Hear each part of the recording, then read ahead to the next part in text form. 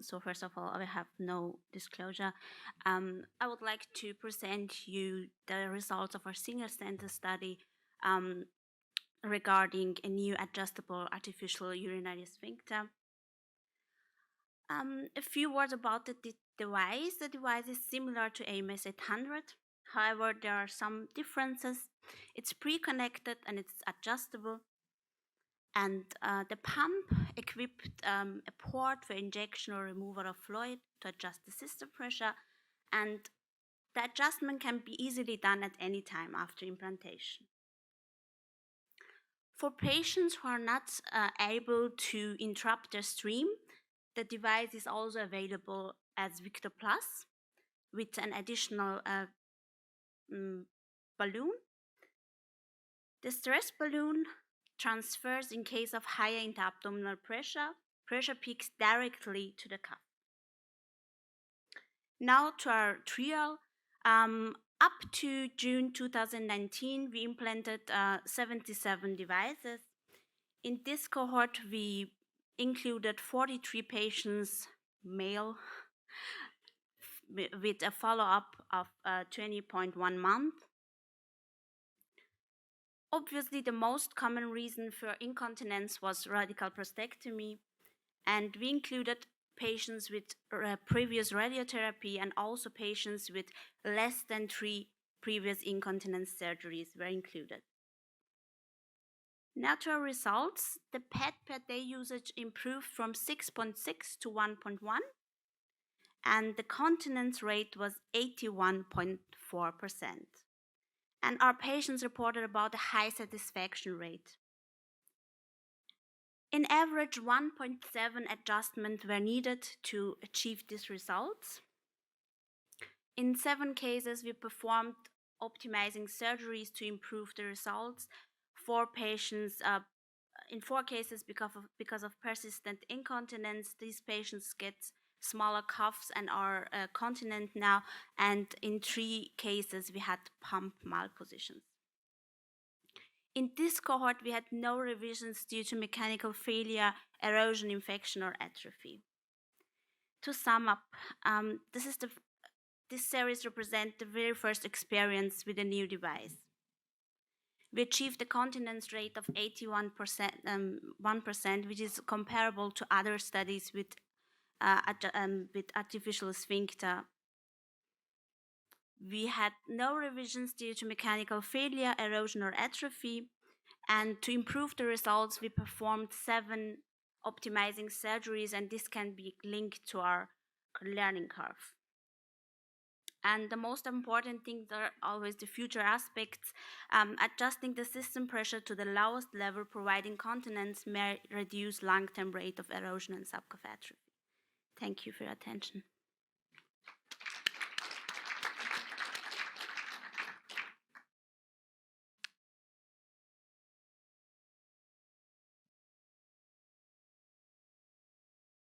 Higher, a little bit higher.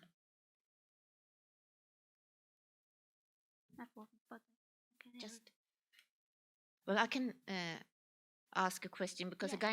For a gynecologist, this is really impressive. Talking about implants, Yeah. you know, it's is it possible for the patient himself to adjust, No. or is it no? No, I mean the It's adjustment not is like really a little easy, bit but not for a patient No. himself. So for every urologist. Yeah, okay. It's an interesting communication because it's a very novel implant, very recent. I have one question. What is your criteria selection for this kind of patients? How do you quantify the severity of the incontinence? Yeah, Was the number of the pads with the pad weight of 24 hours?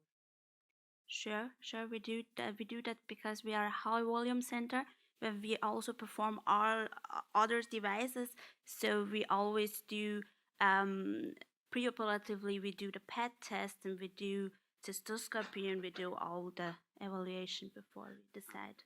What is your cutoff of pad weight? Moderate and severe incontinence. I mean, the range of pathways. The Grams. grams. It's really it's not easy to answer this question. The grams. I think it's, I think. is the only objective form to quantify the severity of the condition. I think. Do you I mean think it's before or after the surgery? After the surgery, I do a PET test, and I do Yes. and I also it's a study that it's ongoing. Yeah, it's and I do also measure the PET, the grams. How many?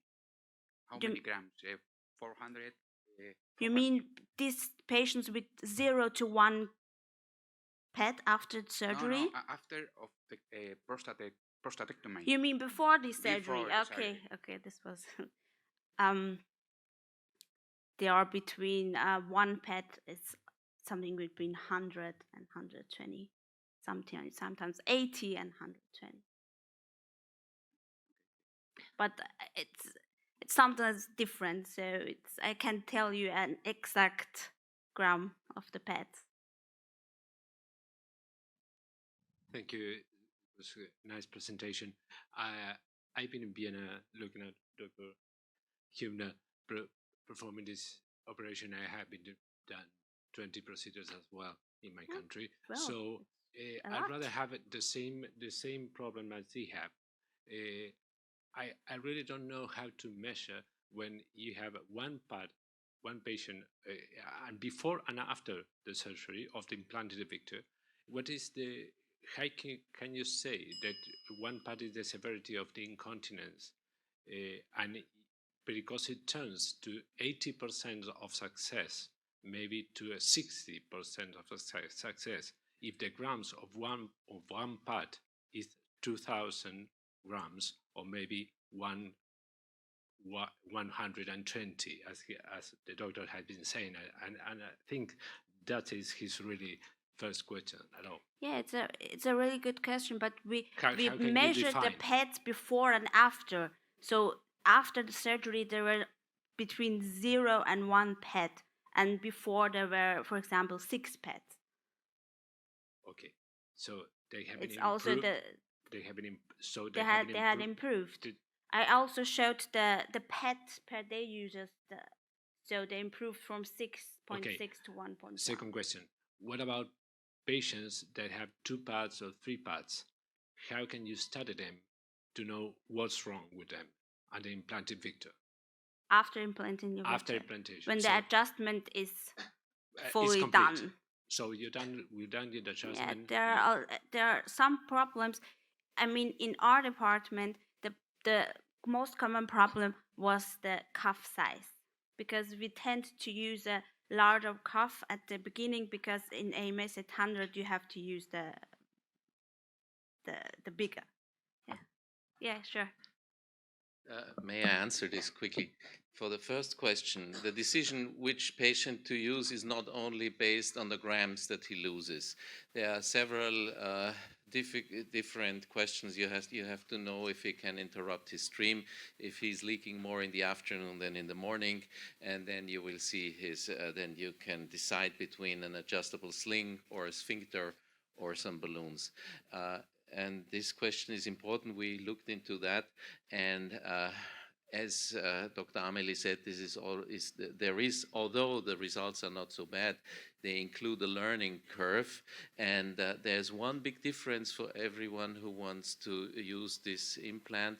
If you have been doing AMS at hundreds, we are all used to measuring the urethra, and if you're between 2 sizes, let's say between 4 and 4.5, in the AMS you would use a 4.5 for reasons which are based upon the different make of the cuff and a different back of the cuff. In the same situation, for the Victor, you should use the smaller one. So if you're between 4 and 4.5, in the Victor you use the 4, in the AMS you use the 4.5. This is something we had to learn. It's something about the pressure. Yeah. Excuse me for. Well, that's just perfect, don't you think? Well, I think if there is no other comment, I will thank the presenters and the audience and close this session.